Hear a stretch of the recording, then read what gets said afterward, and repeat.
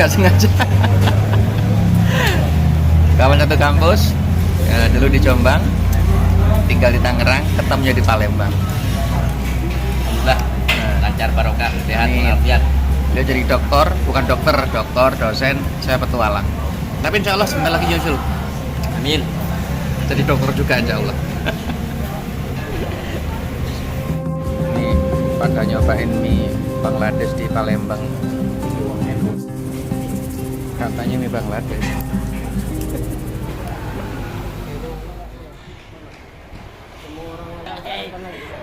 Alhamdulillah, saya sempat istirahat di Masjid Al-Fatah ini ya. Ini disambut sama Ketua DPW LDII Sumatera Selatan. Dan dari DPP LDII Pusat. Nah, dan dari Jakarta. Ketemu Jakarta kok gini. Insyaallah ditunggu Ustaz. Insyaallah. Amin. Oke. Berkah semuanya. Ya, terima kasih ya atas sambutannya ini dan pelayanannya. Oke. Semoga selalu sehat. Amin. Jadi saya bermalam di DPW LDII ya, Sumatera Selatan. Mie ayam di DPW LDII Sumsel. Masya Allah, alhamdulillah. Alhamdulillah sudah sampai sini ya. Oke. Terus ini kita disuruh untuk menikmati dulu Oke, mie ayam monggo, sarapan. Sumatera Selatan. Bukan mie ayam Sulu bukan ya, mie ayam Sumsel nih.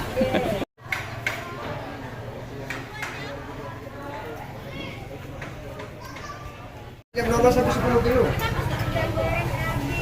Oke, ini kita nikmati mie ayam Sumatera Selatan. Di Pondok Al Azizia. SMP Al Azizia. Maksudnya dikit. Masuk nggak suara saya? Yang tadi itu. Ini banyak saudaranya beliau ini orang LDI tapi nggak usah dimasukin berita, nggak usah. Murid. Loh, kok gini? Ceritanya gimana? Ya, muridnya orang se-Indonesia kok, Ustaz. Oh, iya sih. Di mana-mana ketemu saya. Di video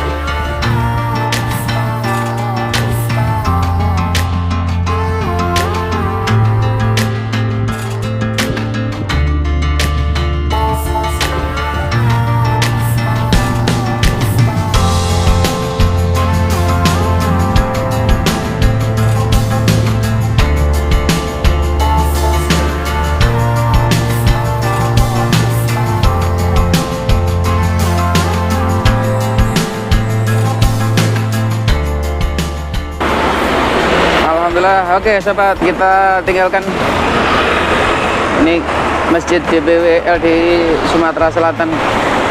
Jadi saya kemarin memang singgah di masjid tersebut yang jelas qadarullah. Karena istirahat saya itu random kan, di mana saja. Nah, ditambah lagi di situ saya ketemu dengan sahabat kuliah saya, kawan seangkatan pada saat di Jombang dulu.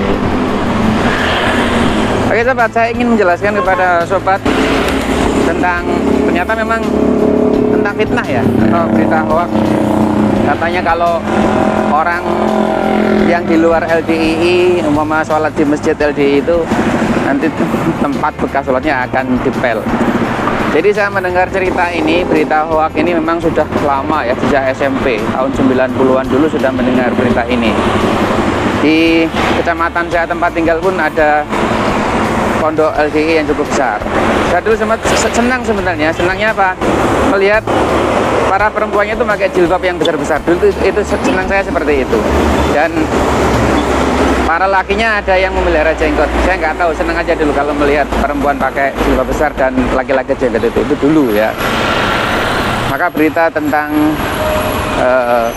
bahwasanya kalau orang non LDII sholat di tempat LDII itu pasti akan dipel, itu nggak benar, itu fitnah ya.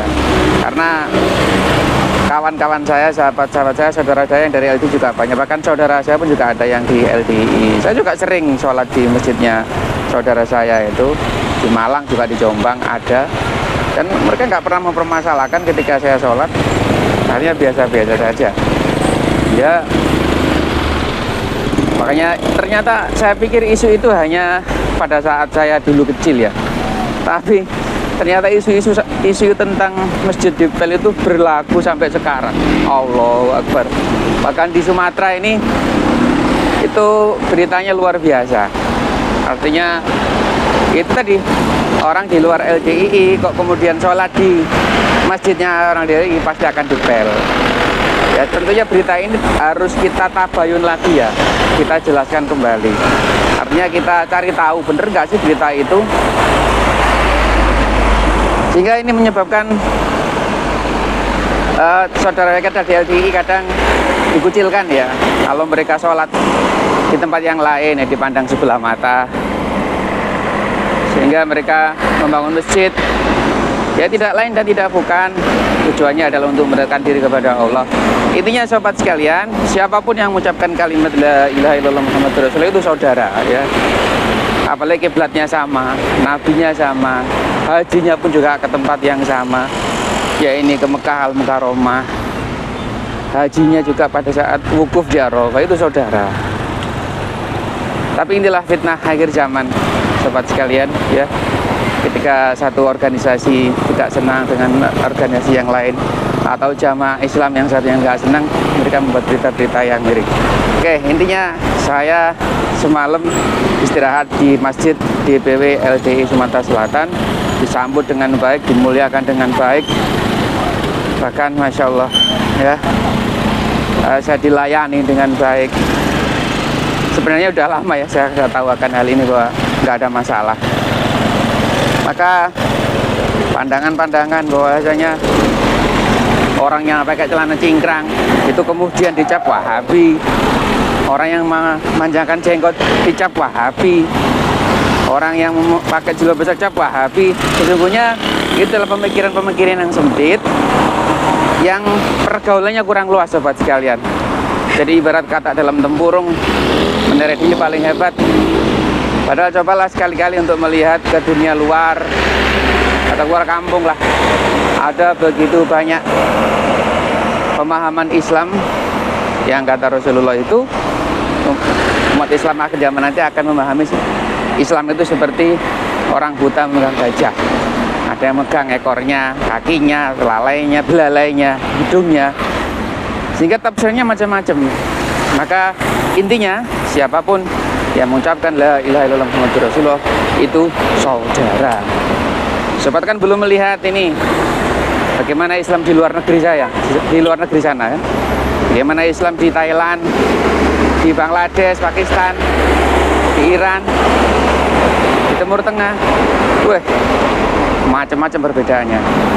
Jadi disinilah setan ini dan iblis dan belantaranya ingin memecah belah. Perjalanan kedua, Mas.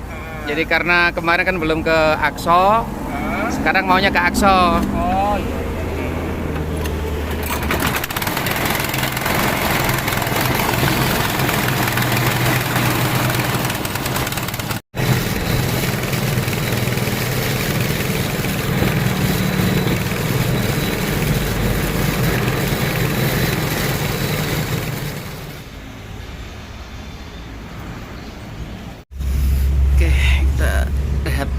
Asar, setelah kita akan mencari tempat rehat.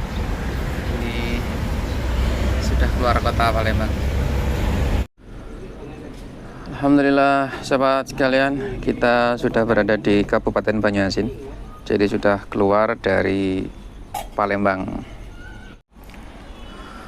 Oke sahabat sekalian, ini 2 hari perjalanan ya, karena kemarin dari Muara Enim sampai Palembang itu kita ketemu hujan dari duhur sampai asar. Jadi sampai Banyuasin ini sudah hari kedua perjalanan. Oke, tetap pantau terus perjalanan saya ke west to Mekah ya, dan menuju Palestina, cycling around the world. Assalamualaikum warahmatullahi wabarakatuh.